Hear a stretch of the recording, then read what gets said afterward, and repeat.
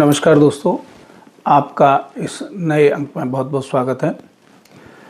आज हम जो है चर्चा करेंगे भारतीय न्याय संहिता की धारा 40 के बारे में।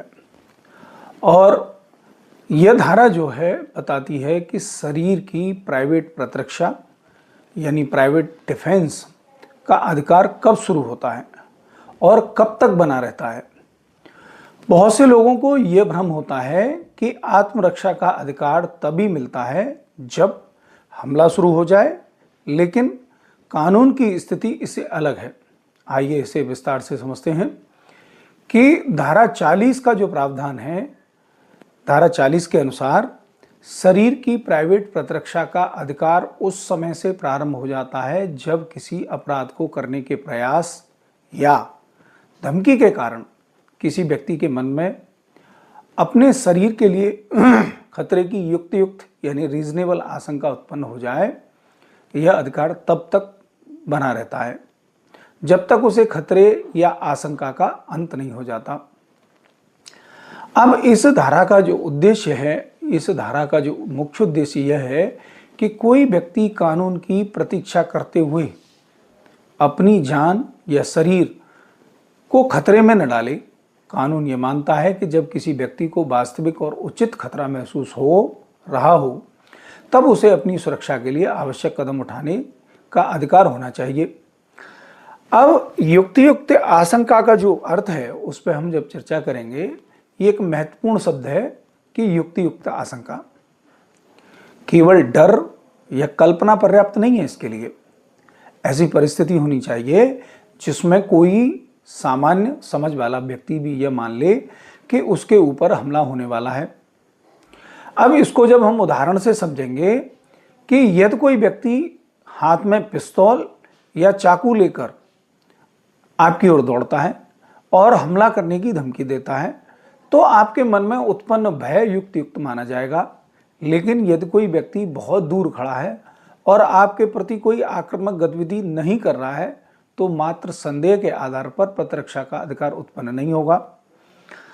अब प्रतिरक्षा का अधिकार कब से शुरू होगा, इस पर बात कर लेते हैं।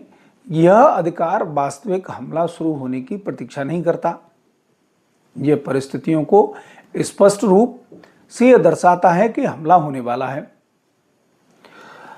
तो प्रतिरक्षा का अधिकार उसी क्षण प्रारंभ हो जाता है। अब इसको हम एग्जाम्पल समझेंगे कि मान लीजिए कोई व्यक्ति तलवार लेकर आपकी ओर बढ़ रहा है और आपको मारने की धमकी दे रहा है। क्या आपको तब तक इंतजार करना होगा कि जब तक वो पहला वार न कर दे? तो इसका उत्तर क्या होगा? नहीं। कानून आपको पहले ही अपनी रक्षा का अधिकार देता है। प्रतिरक्षा का जो अधिकार है वो कब तक बना रहता है? यह अधिकार केवल खतरे की अवधि तक ही रहता है। जैसे कि खतरा समाप्त हो जाता है तो वैसे ही प्राइवेट प्रतिरक्षा का अधिकार भी समाप्त हो जाता है। अब हम इसको एक और एग्जाम्पल से समझेंगे कि यदि हमलावर भाग चुका है, हथियार फेंक चुका है या पूरी तरह नियंत्रण में आ चुका है तो उसके बाद उस पर हमला करना प्रतिरक्षा नहीं बल्कि अपराध माना जा सकता है। अब एक व्यवहारिक उदाहरण लीजिए। मान लीजिए एक व्यक्ति आपके घर में रात के समय हथियार लेकर घुस जाता है। आपको अपनी जान का खतरा महसूस होता है। उस समय से आपके प्राइवेट प्रतिरक्षा का अधिकार प्राप्त हो जाता है। यदि वो व्यक्ति भाग जाता है और आप उसके पीछे जाकर उसे नुकसान पहुंचाते हैं तो उस समय प्रतिरक्षा का अधिकार समाप्त माना जा सकता है क्योंकि खतरा समाप्त हो चुका था। अब न्यायालयों का जो दृष्टिकोण है उस पर बात कर लेते हैं कि न्यायालय का जो दृष्टिकोण है वो भारतीय न्यायालयों में अनेक मामलों में ऐसा कहा गया कि प्राइवेट प्रतिरक्षा का अधिकार एक मूल्यवान अधिकार है, लेकिन इसका प्रयोग केवल वास्तविक और युक्त खतरे की स्थिति में ही किया जा सकता है। यह अधिकार जो है प्रतिशोध यानी रिवेंज लेने का अधिकार बिल्कुल नहीं है। इसका उद्देश्य केवल सुरक्षा है। इसका उद्देश्य जो है केवल सुरक्षा है, बदला लेना तो बिल्कुल भी नहीं है। अब इसकी कुछ महत्वपूर्ण बिंदु हैं, उन पर हम चर्चा कर लें कि नंबर 1, शरीर की प्राइवेट प्रतिरक्षा का अधिकार युक्त आशंका उत्पन्न होते ही शुरू हो जाता है। नंबर 2, वास्तविक चोट लगना आवश्यक इसमें बिल्कुल नहीं है। नंबर 3, केवल काल्पनिक या मनगढ़ंत भय पर्याप्त बिल्कुल भी नहीं होगा इसमें। अधिकार तब तक बना रहता है जब तक खतरा बना रहता है। खतरा समाप्त होने के बाद प्रतिरक्षा का अधिकार भी समाप्त हो जाता है। यह अधिकार सुरक्षा के लिए है, न कि प्रतिशोध के लिए।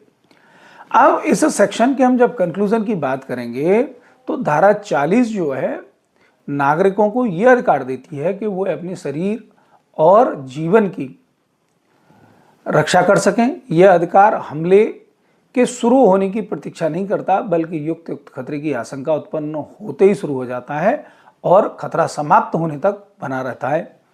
इसीलिए याद रखिए, जहां वास्तविक और युक्त खतरा शुरू होता है वहीं प्राइवेट डिफेंस यानी प्राइवेट प्रतिरक्षा का अधिकार शुरू हो जाता है, और जहां खतरा समाप्त होता है वहीं यह अधिकार भी समाप्त हो जाता है। यदि आपको यह जानकारी उपयोगी लगी हो तो वीडियो को लाइक करें, शेयर करें, चैनल को सब्सक्राइब करें। बहुत बहुत धन्यवाद।